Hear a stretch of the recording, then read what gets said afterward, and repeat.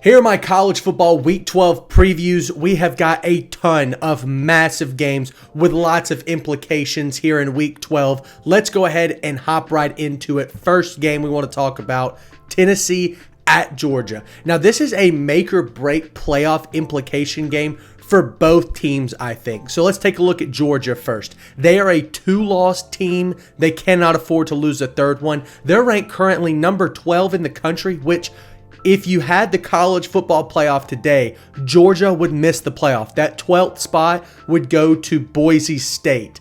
All that being said, Tennessee sitting at 1 loss, I think is number 7 in the playoffs right now. If they were to lose a second game and their only meaningful win is versus Alabama, I don't know if that gets them into the playoffs. We have a ton of other teams that are quote unquote deserving of a playoff spot, and Tennessee might not crack the list. So this is winner take all here in this game. Georgia has won the last 7 of these rivalry matchups, both on the road and at home. This time they're at home, and that plays a huge factor into this game. But first up, let's talk about this Tennessee storylines. Nico Iamaleava is injured. He's questionable for this game. I expect him to play. It's really hard to take a questionable star player and sit him for a massive game with such large implications on the line. I think he's going to play, but the person that I want to talk about for this Tennessee team is Dylan Sampson. Absolutely dominant performances. 5 straight 100-yard games, 20 total touchdowns on the season. Goodness gracious, there's no stopping this guy. The defense for Tennessee is top 5 in college football, and I don't want to hear a ton of arguments against that. They've held all 6 of their SEC opponents to under 20 points, including Alabama, who just hung 42 on LSU. They're top 5 in third down percentage and yards per play, as well as scoring. This defense is electric, dynamic. It can get to the passer. It can stop the run. I think they're well tested, and Georgia has been atrocious on offense lately, so we'll talk about that in just a second. Now, what they need to do is convert in the red zone, and a lot of those problems point to Nico.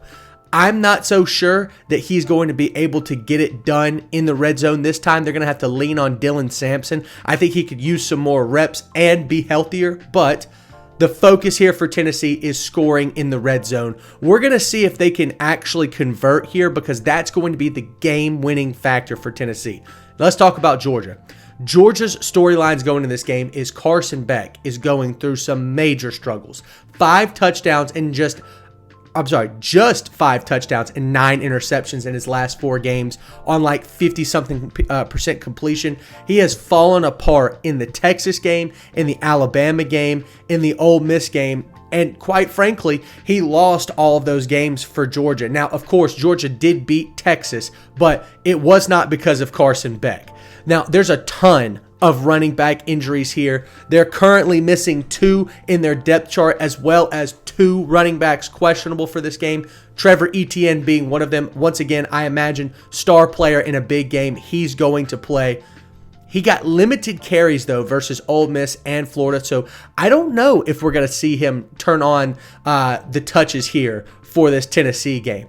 Georgia is 104th in the country in rushing, and that is where I want to start. This is a very one-dimensional offense, and when you look at how one-dimensional they are, it's shocking that they are so reliant on the passing game. Carson Beck has thrown the ball 30 times, I think 6 games or maybe 7 games this season, and it has not panned out well. They do not have that many weapons on this team. They're depleted from last season. You know, you lose Ladd McConkey, you lose Brock Bowers, This is why Georgia is looking the way that they do. Carson Beck, a young quarterback last year with not a lot of reps, leaned very heavily on those 2 guys, and they're not here for them this season, and it's showing.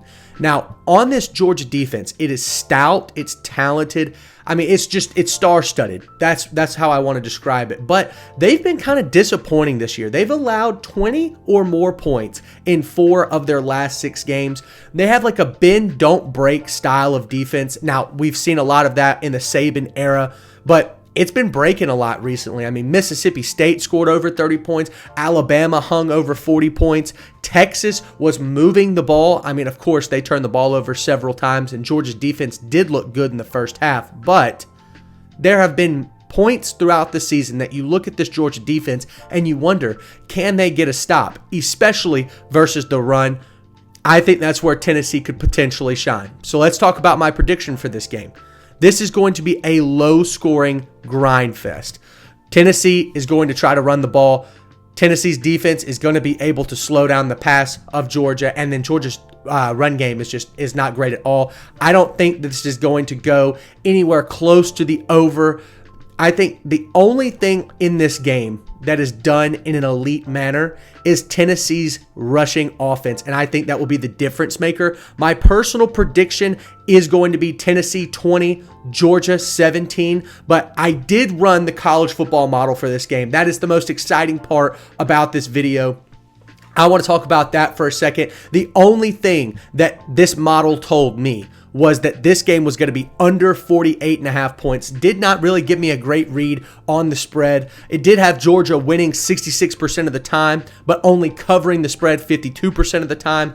I don't know if Tennessee is going to be able to win this game because it's on the road. They've lost the last 7. They haven't looked that great on offense, but I will be utmost confident in the under. The under hit 82% of the times in our EA College Football 25 simulations. We simmed it 50 times. We simmed each game 50 times, and those were the results. So Georgia 17, Tennessee 20 is my score prediction. The model is telling you under 48.5.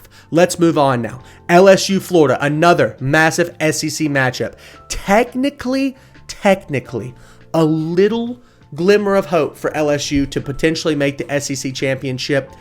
It's very rare. I'm not going to go into that scenario, but both teams really have their eye on next season. Of course, DJ Lagway, the star freshman phenom for Florida, is expected to return this game, and I'm really excited to watch this guy play. I mean, his arm talent is just off the charts. I think he's going to pose a major threat to this LSU defense. But then on the LSU side of things, I think both coaches really kind of have a simmering hot seat going into next year.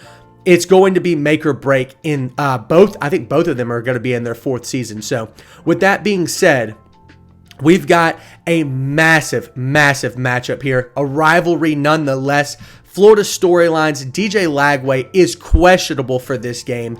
Aiden Warner is not going to start. I think Lagway will get the start. Will he play the entire game? I'm not so sure, but the injury woes for Florida just pile on and pile on.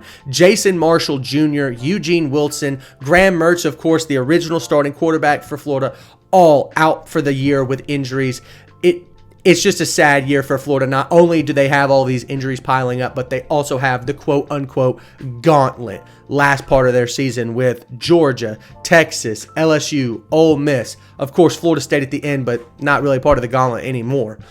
All that being said, Billy Napier now has his quote-unquote job secured for the rest of the season. I think this Florida team has played inspired football for him, especially versus Georgia. DJ Lagway was carrying a lot of that momentum. When he went down, the game kind of went awash. But versus Tennessee and Texas A&M, you didn't see this Florida team quit. You did see them quit there at the beginning of the season versus Miami, but the coaching staff has done a great job with morale and keeping it high, even though this Florida team is far from their beginning of the season aspirations. But as far as Florida goes as a team holistically, they're a middle-of-the-pack SEC team, and that is okay. But the big thing about them with DJ Lagway is there is a lot of upside, and I think there's a pretty low floor. So he is going to be the key factor to this game for Florida. On the LSU side of things, they've lost 2 in a row. They've basically ruined their chances at a college football playoff spot, and it's all due to the collapse of Garrett Nussmeier. 5 interceptions on 56% completion percentage in the last 2 games. Now, quite frankly, that Alabama game was B to A. belt to ass. It was just an absolute beatdown. The defensive floodgates just completely opened up in the second half. They have allowed 73 points in the last 6 quarters. Alabama and Texas A&M ran for a combined 500 yards on this LSU defense. There is just no run game to respond to that on the LSU offense. It's due to some injuries, and I'm honestly surprised because they have some of the best offensive line talent in the country. My opinion, the best offensive line in the country, and they just can't run the ball. 4.3 yards per carry, not that great. The defense, though, is going to be the key to victory for this LSU team. They have to get to the quarterback. I believe they're top 15, maybe top 25 in sacks. So if they can finally get to the quarterback, it's going to be an absolute bloodbath for LSU.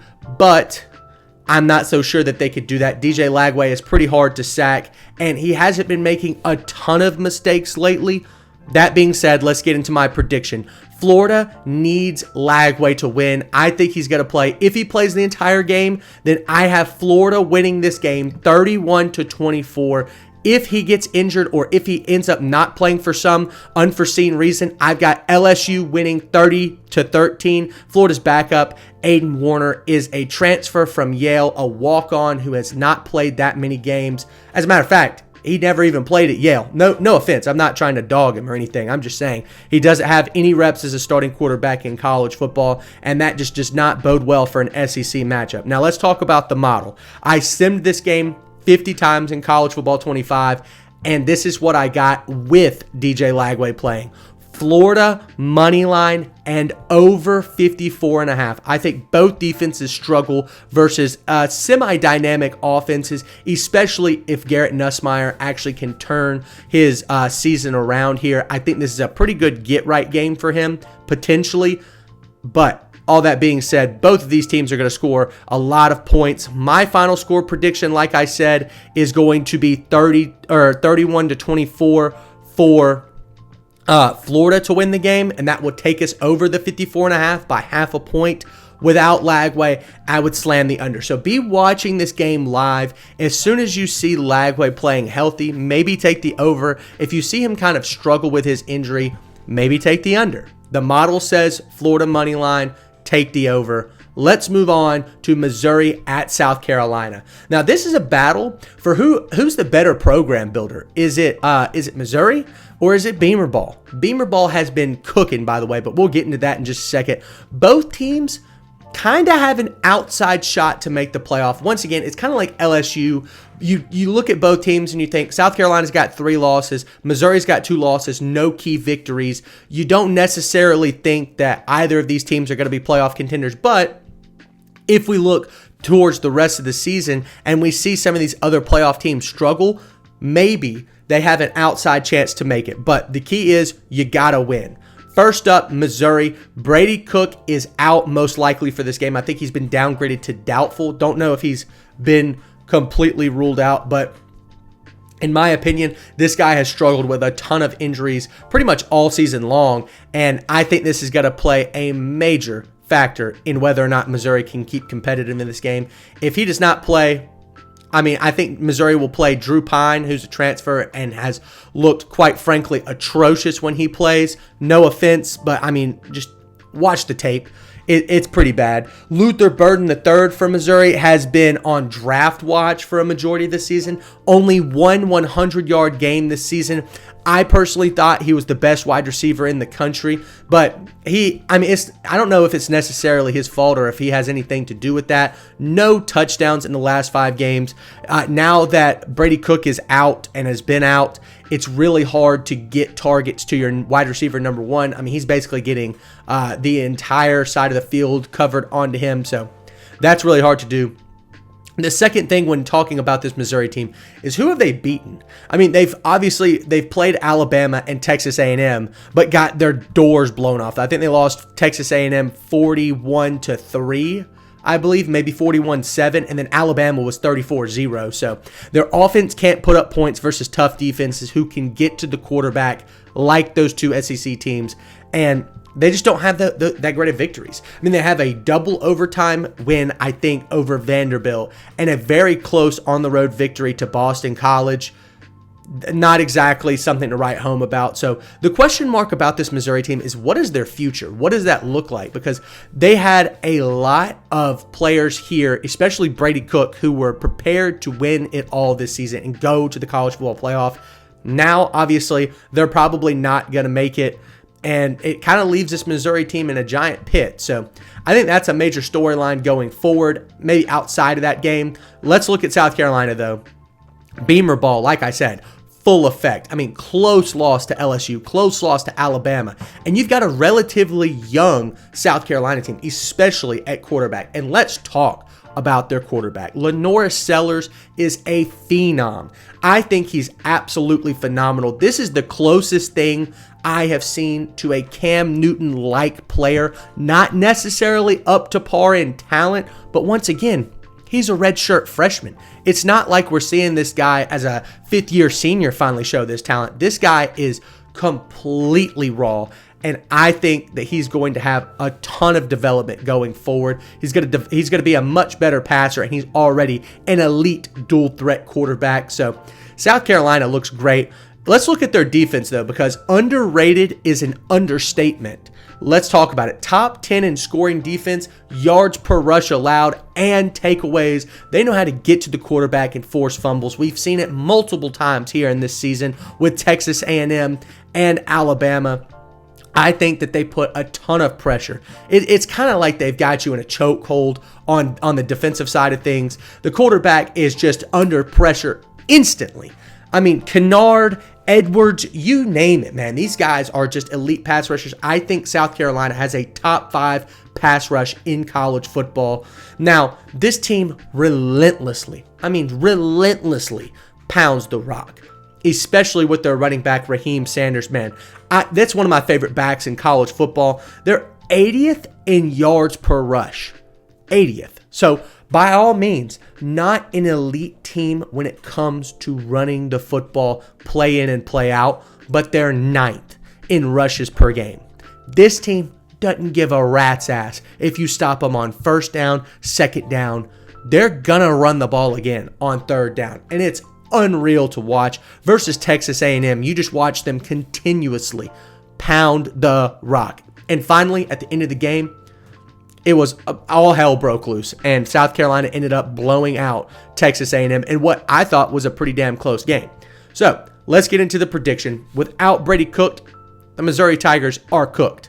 I think they get out physicaled on both sides of the ball, with or without him. But without Brady Cook, the offense is just, it's in the trash can. LaNorris Sellers is a different type of quarterback. Like I said, one of the best dual threats out there. I think South Carolina wins this game 28-10. Maybe Missouri can get the offense rolling just a little bit. If we go back and look at our model, like I've said so far, 50 games simulated in EA College Football 25, and the number one thing that they want you to take is South Carolina minus 13.5. And I simulated these games with Brady Cook. Without Brady Cook, man, it could get even uglier. The average score for this game was 35-11. I mean, obviously, it would look somewhere more like 35-10. But that being said, that's the score. I think South Carolina can easily cover this spread. A lot of people are doubting that just because, they haven't had too many dominant victories, but they haven't gotten easy opponents at home that often. And I think they're going to take advantage versus Missouri. Fourth game on the slate. Let's talk about Utah at Colorado. Now, Deion has a chance to double the wins at Colorado from last season, which he had already done. He had quadrupled the wins, I believe, last season. Now he has a chance to double it. Utah gets a chance to play spoiler and show the team that could have been. Let's talk about some storylines. The disappointment on offense is the main focus that I'm looking at for this Utes team, and Cam Rising's health is the number one factor. I think he played the first 3 games and has missed the rest of the season. He probably will continue to miss the rest of the season, I believe.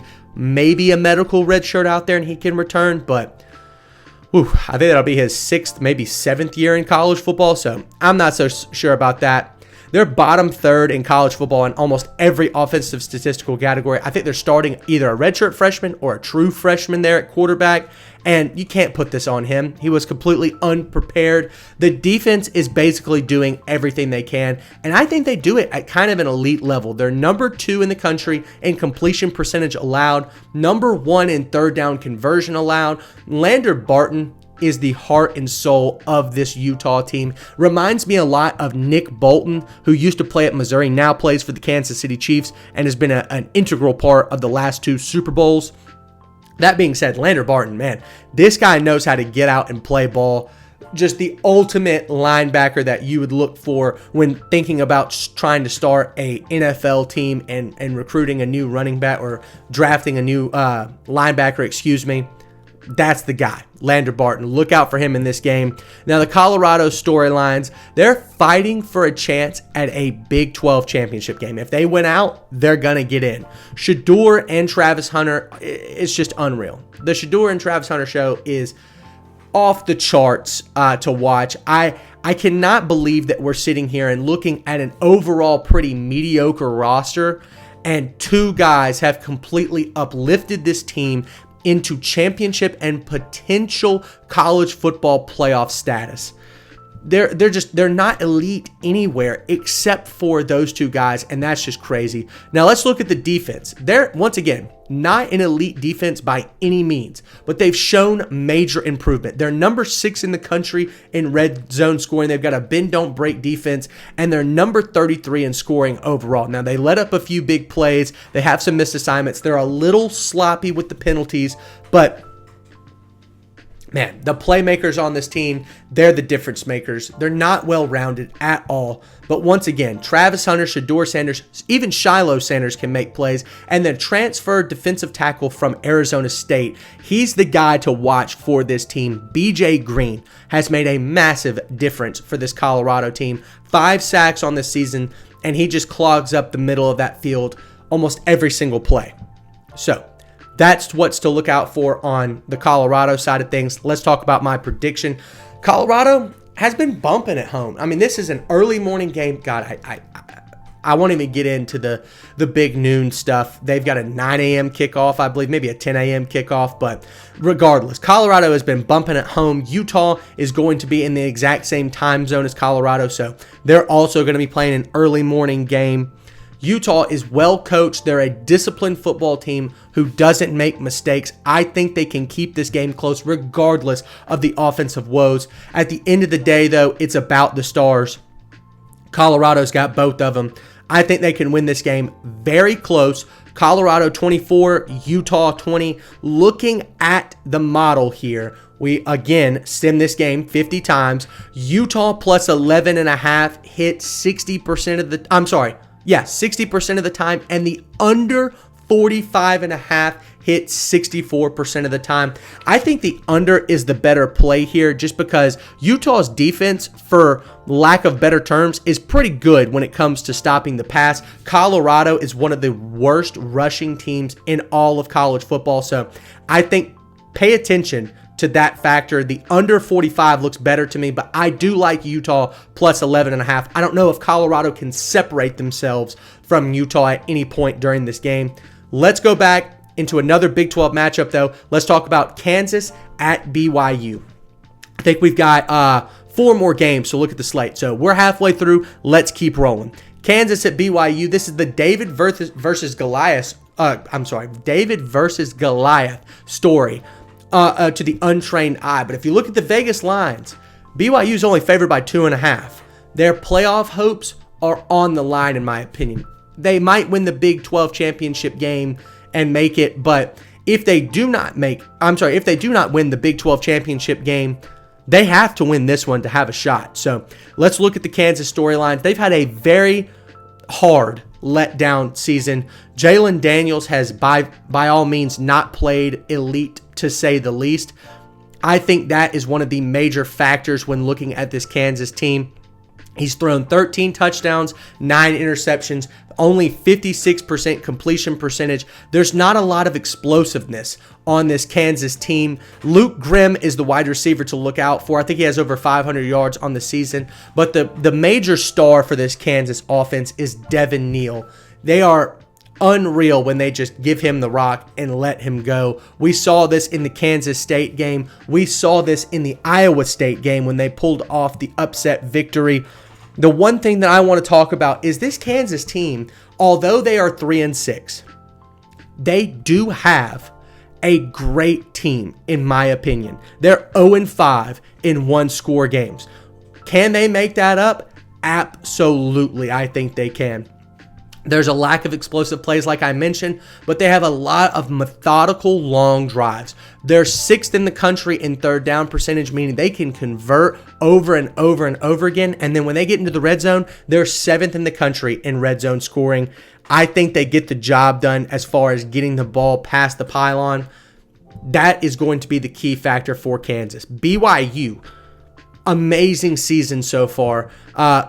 Really shocking. I think I had them going 3-9, maybe 2-10, and they're proving me wrong. They're doing everything right. It reminds me a lot of that 2022 TCU team who I think won 7 one-score games in the regular season. Like them, BYU is 4-0 in one-score games. They get the job done, and they have a little luck on their side. And by a little luck, I mean a lot. They lead the country in luck again. I've said this multiple times when talking about my college football playoff rankings, and I'll say it again here. BYU has gotten a lot of things roll their way, but they do a great job of capitalizing on those things. Their passing defense is one of the best in the country so far statistically. They're number 2 in yards per pass, number 3 in takeaways, number 6 in completion percentage allowed. They're not great against the run. They're number 81 in yards per carry and number 87 in third downs converted. I do think that will be something that we want to look at there. We have a strength for Kansas and a weakness for BYU. That's going to be my X factor for this game. But Jake Retzlaff has done an amazing job for BYU, but they have been atrocious on third down. Number 126 in the country in third down percentage and number 106 in completion percentage. They don't really ask him to do a ton. And when they do, I don't necessarily think he performs at an elite level. I just think he's done a great job at being a game manager, not turning the ball over, and keeping BYU competitive in all of these games, and letting their playmakers like LJ Martin win football games for them. We've seen it time and time again, and I'm sure we'll continue to see it throughout the rest of this season. Let's get into my prediction. Kansas runs the ball really well. BYU does not defend it that well. They're going to have to be forced to make plays outside the red zone. I think that is going to be the key for this game. Jalen Daniels is a dual threat. BYU hasn't faced a ton of them this season. I have Kansas pulling off the upset, outright victory, 34-28. The model says take Kansas plus 2.5. I'm a firm believer. As far as the over-under goes, I don't necessarily like it. My final score prediction does not have the under, but the model says the under hits 64% of the time. I think, trust the model. It's done great so far this season. Picks for this game, Kansas plus 2.5, under 56.5. Let's move on next to Oregon versus Wisconsin. A title contender versus a home dog ready to spoil everything. This is all the makings of a good Big Ten matchup. Oregon storylines. The quest to remain undefeated remains. They have done everything in their power to win football games as of late. They're winning their Big Ten games outside of the Ohio State one by a margin of 25 points per game. Absolutely phenomenal work for this team. The offense has been humming. Dylan Gabriel, he has begun his Heisman run, and the last 3 games are going to be a major factor as to whether or not he can get to New York. I personally think he can. I think he's third currently in Heisman odds. And with this performance versus Wisconsin, he could potentially put himself as the front runner. They're so consistent on offense. Their second and third down conversions, that was the reason that they beat Ohio State, was their ability to convert on third and fourth down. They have 30-plus points in 9 straight games. I don't know if anybody else in the top 25 can say the same.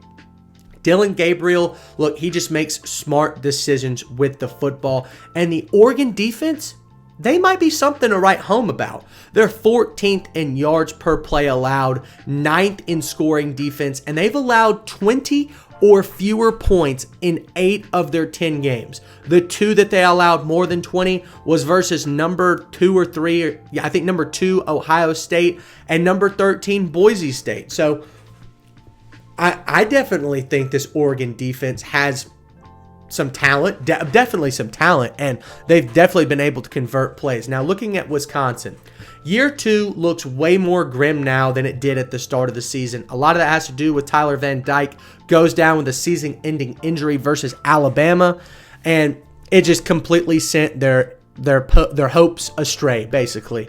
Wisconsin has not looked great against any top 25 team. As a matter of fact, they're 0-3, I believe. They've just come off of a blowout loss versus Iowa. The season looks like it's in the toilet. They're a very one-dimensional team. They like to run the football, and they can't really do that at an elite level. Let's talk about my prediction. Oregon continues to roll. They've been once again beating Big Ten opponents left and right, and they've been blowing them out of the water, quite frankly. Wisconsin could maybe keep it close for a quarter. We saw them do that versus Alabama, even with the injury to Tyler Van Dyke. I think Oregon ends up rolling in the second half. 45 Oregon, Wisconsin 17. If we look at our beautiful model, it says to take the under 51. I'm skeptical about it, but this one has the under hitting 70% of the time. Maybe the Wisconsin defense is not something to be slept on.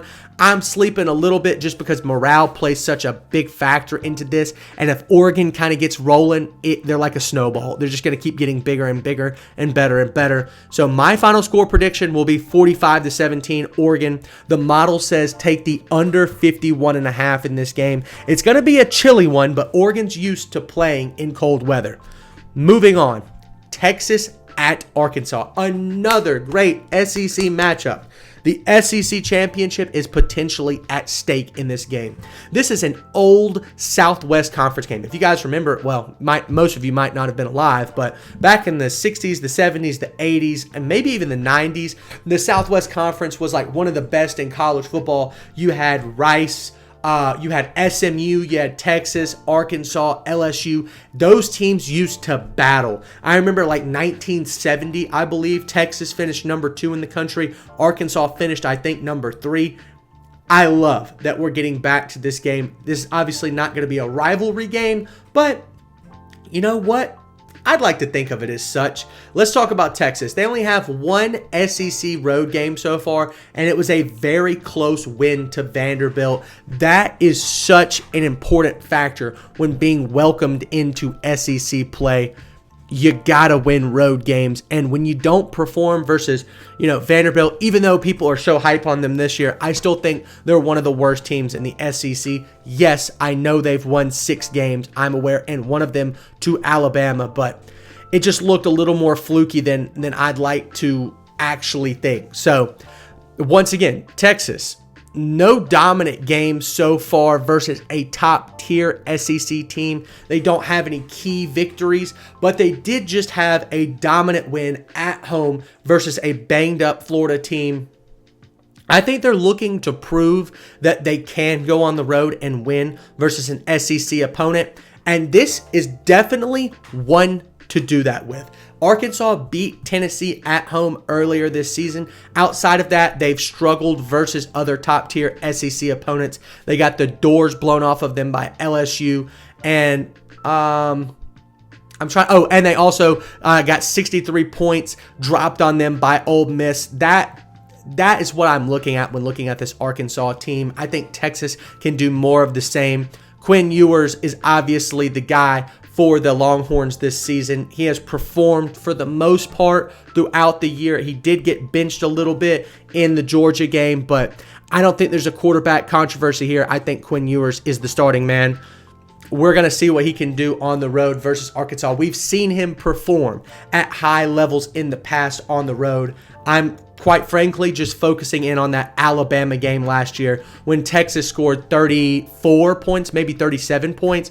Unreal performance for that team, and I think that they can do the exact same thing versus Arkansas. Now, on the Arkansas side of things, they've done everything in their power to play for their coach, Sam Pittman, this year, and it just hasn't necessarily panned out. The one thing saving his job right now is the win versus Tennessee. If he can beat Texas and finish the season 8-4, he'll be the coach of Arkansas next year. I think like tomorrow night, he will be coaching for his job versus Texas. If he can pull off the upset, he'll stay. If not, it's moving on and starting over for this Arkansas team. Now, Arkansas has been able to move the ball all season long, but cannot score. They're number 8 in the country in yards per game, number 80, though, in red zone scoring.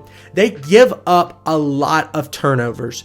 2 turnovers a game, as a matter of fact, and they've also given up a lot of sacks. Now, especially when we get down past the midfield line and we get closer to the red zone, turnovers and sacks are the number 1 and 2 things you're not supposed to do, and we've seen Arkansas do it multiple times this season in big games like LSU and like Ole Miss. I'm not so sure that they can get the job done here, but the one guy that's going to have to put the team on his back and do it if they're going to win is Andrew Armstrong. This guy is going to need to make big plays every single second of the game. They're going to have to score more than 30 to stay in it. I'm not so sure that they can. I think Texas walks in on a desperate Arkansas team, but the desperation is not enough. There's a lack of in-season tests that will make this game tougher. I think Arkansas can keep it close and run the ball well with Jaquinton Jackson. But Quinn Ewers takes over in the second half and puts Texas within a comfortable margin of victory. I think Arkansas can cover the spread, but Texas ends up winning this game 27-17. Now, looking back at the model, let's see here. We have the model 50-game simulated Arkansas plus 13.5 is a massive pick. They covered the spread 76% of the time, and the under 57.5 hit 80% of the time. So this is one of the more confident bets of the model. I was really surprised to see the over-under at 57.5. I think obviously they're looking at that Ole Miss versus Arkansas game where they scored 63 and Arkansas scored 21. That's an over-under of 84. I don't necessarily think it's going to get remotely close to that. I think Arkansas's defense is going to hone in on the pass game, and Texas's defense is going to show that they are indeed a top 10 defense in the country. That being said, I think this game is close. 27-17 is my final score prediction. Let's move on to our last game. Home stretch. Here we go. Arizona State at Kansas State. Both with an outside shot to win the Big 12, and both teams looking for their third staple win of the season. First up, Arizona State storylines. Kenny Dillingham has gone against the grain of young coaches. A lot of these young coaches are pass-first guys. Like you look at a guy like Kalen DeBoer, he likes to run the football, but man, he wants to put the ball in his quarterback's hands. Just look at Washington last year. But Kenny Dillingham has done pretty much the opposite. They're running the ball 42 times a game, and that's thanks to their bell cow back, Cam Scatterbo. I think he's got 1,000 yards on the season. Looked very impressive, and he has been the reason that Arizona State has been able to win a lot of these games. I was shocked at what they've been able to do so far, winning 7 games. I think I had them winning 2 or 3. A lot of people in the college football space did not believe in this Arizona State team, and rightfully so. They haven't given us a reason to believe in them in the past, but they've shocked a lot of people to say the least. So looking at this Arizona State team, the one thing that comes out to mind for me is their field goal kicking woes. 7 for 14. You have the legendary press conference moment with Kenny Dillingham being like, we're hosting tryouts on Monday after a horrible game versus Cincinnati. And he was like, no, I'm not kidding. We're going to have tryouts. Since then, I think they've attempted one field goal. They missed it. So they're really reliant on scoring touchdowns, especially in the red zone. They do play safe and smart football. They're number 7 in turnovers per game. They don't throw a lot of picks, and I think that is one of the bigger factors in why this Arizona State team is able to not only win games, but keep games close. However, looking at this Kansas State team, it's kind of a Jekyll and Hyde situation at home and on the road. That's because they've got a young quarterback in Avery Johnson, who last outing versus Houston did not look great at all. 2 interceptions, massive loss for Kansas State, kind of detrimental to the playoff hopes there. I think that they are just unreal at home, though. 4-0, winning an average margin of victory of 21 points. They are 5-0 when they give DJ Giddens the ball and let him run for over 100 yards. I think that is the key for this Kansas State team. We look at who they've been able to beat and stay competitive with, and it's every team so far except for BYU, which I call the #1 fluke game of the year. At home, I'm confident in Kansas State. They're great in the red zone, especially, once again, when they give the ball to DJ Giddens. So let's talk about my prediction. I think they're going to pound the rock. Arizona State is not elite at stopping the run, and DJ Giddens is a beast. I think he's going to end up being like a top 10 back in college football this season.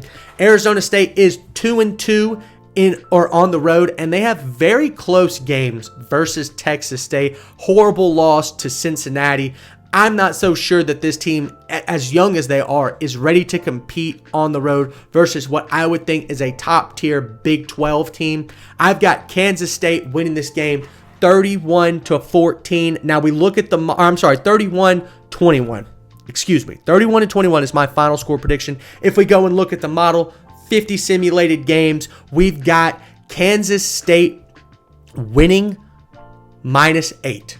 -8 is the play to go with. Kansas State covered the spread of -8 76% of the time. The average score was 35-14. That's where I was getting that 14 number from. But I think Kansas State not only can win this game, but kind of blow Arizona State out of the water. I think Arizona State is a little overrated. A lot of their games are close, and they're at home. If you look at Mississippi State, who has been atrocious, they won close. If you look at Texas State on the road, they won close. Texas State has not been good by any means. So I think Arizona State travels on the road, yet again, struggles. Kansas State takes advantage of that, wins the game. -8 is what the model says.